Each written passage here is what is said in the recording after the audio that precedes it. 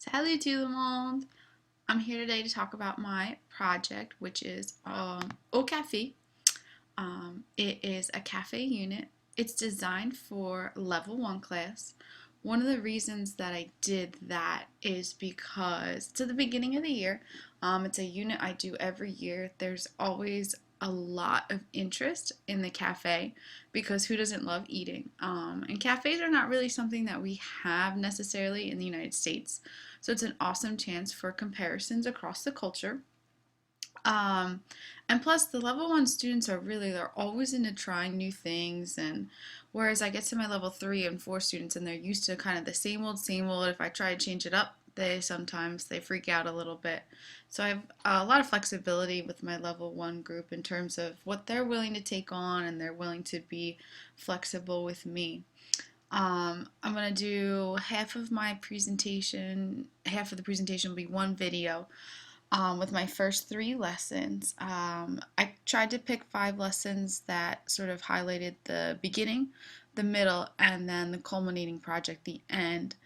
And most of the first 3 lessons will be interpretive with a little bit of interpersonal, and then the last 2 lessons are a little bit more interpersonal, and then finally presentational activities. One thing I did want to say is that we have no iPads in my school. However, they're pretty flexible in terms of if you want to use an electronic device in the classroom, they do allow teachers to do so. So it's good and it's bad in the sense that it's not a hard and fast rule, which is hard to enforce in the hallways. But in the classroom, I can kind of do what I want. We do not have iPads. We have a traveling computer.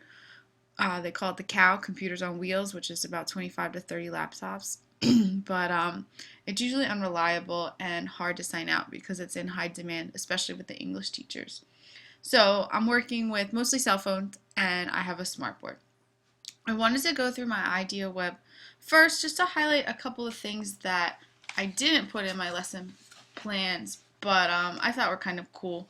One, here I actually figured out that in South Jersey, West Berlin, there is a chocolate factory, and we went and visited the Michel Cuizel Chocolatrium, and it was a fun experience. Talked about the making of chocolate, and we had a really good time. They were awesome to us, and that was a great way to get out into the community, and who knew the French community was so close.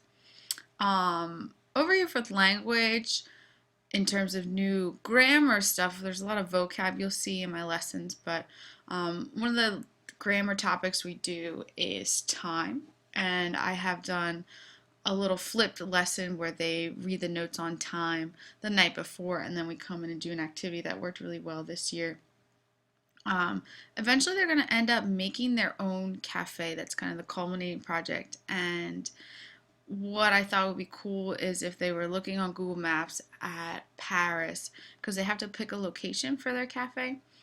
But there's this really cool app called 360 Cities, and you can get on your phone or on an iPad.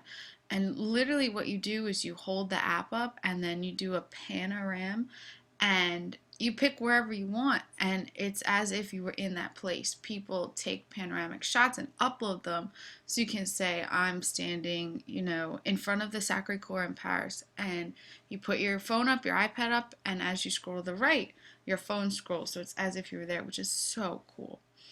So I thought it would be fun if they got into that. Over here, talking about trying French food. Actually, today's Wednesday, my students, we did a cafe day, and they tried quiche for the first time. I brought in some French cheeses. They had some croissants and all sorts of fun stuff. It's a great culminating project. Gets them speaking a little bit of French, but normally they're focused mostly on the food. The other cool thing about this unit in terms of practices, and they're comparing and contrasting what French and American teenagers like to do or eat, and they find they're really not that different from us, which I think is a fun thing for them. So that's a little bit of an introduction into my unit, which I'm super excited to share with you. We are going to move on now to my first lesson.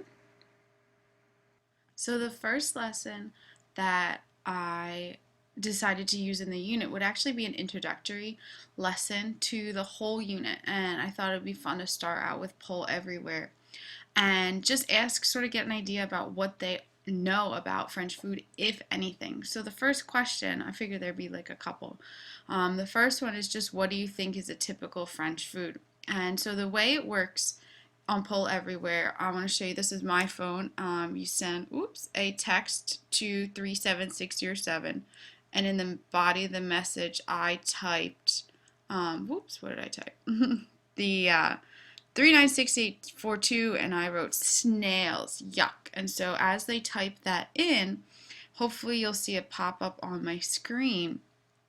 And that way, there it is. Everybody can participate. They don't feel like, if a shy student, they can throw in their ideas. Of course, I always say, one inappropriate comment and we move on. So once we do a couple of those kind of questions, I found some fun pictures on Google Cultural Institute. So I thought what we would do first is have the students look at, I have 3 different pictures, and my thought was I would have them up for 30 seconds to a minute, and all I would have them do is write down their impressions. These are some pictures of cafes. What do you think is going on? How would you describe them? But they're not allowed to talk, just total focus. Here's one of the pictures, which was, I like this because in the description it had, it talks about how cafes really are the center of life in Paris. And here's another picture I liked. It's kind of funny because it describes it as people relaxing, but the woman's face is pretty funny. This one is really cool though because it shows, how the chairs are faced outwards. I talked to them about how it's really all about people watching, and they don't really understand that kind of thing. But it's just totally different than, you would never see chairs, in a restaurant facing out to the street. But that's what it's like. And then here's the third one. That really brings out the social nature of the cafes and how crowded and full of energy they could be. So once they've written down their impressions of all these things and like what do they think a cafe is, I throw some new questions up on Pull Everywhere, like what do you think a cafe is? Do we have anything like this in the United States? What kind of adjectives would you use to describe a cafe, after looking at these pictures? So once we've talked about that and, figure out their impressions, see if they're on the right track, I thought I would break them up into groups, and everybody gets a QR code for each one of the paintings, and that way they can go right to the painting, they can look at all the details, where these pictures were taken, and then see if they want to add anything to our discussion.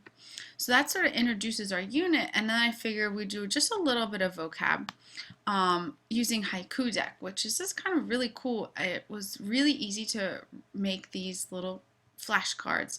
Normally I would use something like PowerPoint, but this was just something different to do, and really cool pictures. So I would go through them, have them repeat after me. This one is cool. On va au café. It's an important question. Do you want to go to a cafe? So now we're working into the interpersonal. So now we're starting to talk to each other. And I do a lot of different things with the pictures. Obviously repeat after me. But then what I like to do too, here's a couple more, is j'ai faim, I'm hungry. And then this one, j'ai soif, I'm thirsty. So I thought what we would do is once they know hunger and thirst, teach them a couple words, and then throw some pictures up. Say, une quiche comes up. Would you say j'ai faim, I'm hungry, or j'ai soif, I'm thirsty? And the other thing I like to do is yes, no, either or questions. So I would put up a picture without a word. So say on sandwich comes up, but there would be no word there. And I would say to a student, en sandwich, oui or no. So they just have to decide yes or no, it is what the teacher is saying. And then the other way I would do it is like an either or. So we would go, I would pull up this picture, no words. Qu'est-ce que c'est? Un sandwich ou une salade? So they would have to pick which word that the picture is. So that's that would be the sort of next introduction to the vocab. Now, maybe those pictures actually take the whole class period, and then period 2, the second day, the next day, would be focusing more on the vocabulary. But I thought a fun, quick conclusion to the lesson would just to be to have the kids say to their partner, "On va au café? Do you want to go to the cafe?" And they would say, "Oui, allons-y," which means let's go, and then either have them say "j'ai faim" or "j'ai soif," and just sort of start practicing with the vocabulary. So that would be lesson 1. So my second lesson focuses on comparing cafes to restaurants, and also compare the different kind of menus that we can find in a cafe. It's an interpretive activity mostly, but to get us started, I thought we would start in Socrative, which is a really cool tool that I'm sort of learning now. It's on your cell phone, or it's an app, or you can do it on a website, so you don't have to download the app. But here, I've already logged into the classroom, and I put in my name, and here's the question: what's the difference between a cafe and a restaurant? So just trying to get an idea of what the students think. So I put in my name. I said, a cafe is outside and a restaurant is inside. I hit enter, hopefully, and I can submit. And then for the teacher, the answer pops up right here. So that's really cool. You get instant feedback, and you can do true, false, short answer, and then there's another question. So that would be a way to start with a couple questions like that. And from there, the students would get divided up into 4 groups. Okay, the first 2 groups are going to compare one group is going to look at a restaurant menu, and the other one's going to look at a cafe menu. The third group is going to look at what it means to order a la carte, and then the fourth group looks at what it means to order from le menu, which is a fixed price menu. So it's kind of cool. I found Le Deux Magots, which is an incredibly famous literary cafe in the heart of Paris. They have 2 menus on their website. They've got their carte restaurant, and they have their carte cafe. So group 1 would answer some questions about the restaurant, divide them up, make sure that everybody has a job, who's got the electronic device. I forgot to mention that they would all get QR codes that went along with their worksheet. So they were working off of this QR code. Who's in charge of the dictionary, who's writing things down, who's keeping time, stuff like that. So I'm going to scroll through kind of quick, but you can see here's the menu for the restaurant, and it kind of, oh, I'm sorry, this is the cafe. No, this is the restaurant. And it's pretty long. When you compare it to the cafe, now, so here's the carte du chef. The cafe is full of drinks on the menu, and then the food is actually, this is all there is in terms of food. It's a little bit here, and that's it here. So they answer some questions, and now the third group, okay, they're looking at this menu from Bureau. Over here, a la carte, they order each item individually. Whereas here, these menus, this is when you have a fixed price. So like here you can get, for 16 euros, you get an appetizer and a main dish, which is a good deal. So group 1 has looked at the restaurant. Group 2 has looked at the cafe. Group 3 has looked at a la carte. Group 4 has looked, oops, not there, at the menu. So then, after maybe 10 minutes of looking at this, what I figured is they could jigsaw. So some people from the Deux Magots switch with people from the restaurant switch with the cafe, and then they compare and contrast what they found. And then the people that looked at a la carte sort of group up with some people that looked at the menu. So now they're comparing and contrasting what they found in their research. Then each group would send 2 representatives to the board, the smartboard, where these websites would be pulled up, and they would talk about what they found out. What was the difference between a restaurant and a cafe in terms of the menu, the space? What is the difference of ordering a la carte versus a menu? What's cheaper? What gives you more choices? And then finally, to close out the lesson, we would go back into Socrative, and there would be an exit poll. Oh, by the way, with Socrative, you can get all sorts of reports. So there would be an exit poll, and that way you can figure out, what did the kids get out of this lesson? Do we need to go back and look at some different things? So I thought that would be a fun compare and contrast.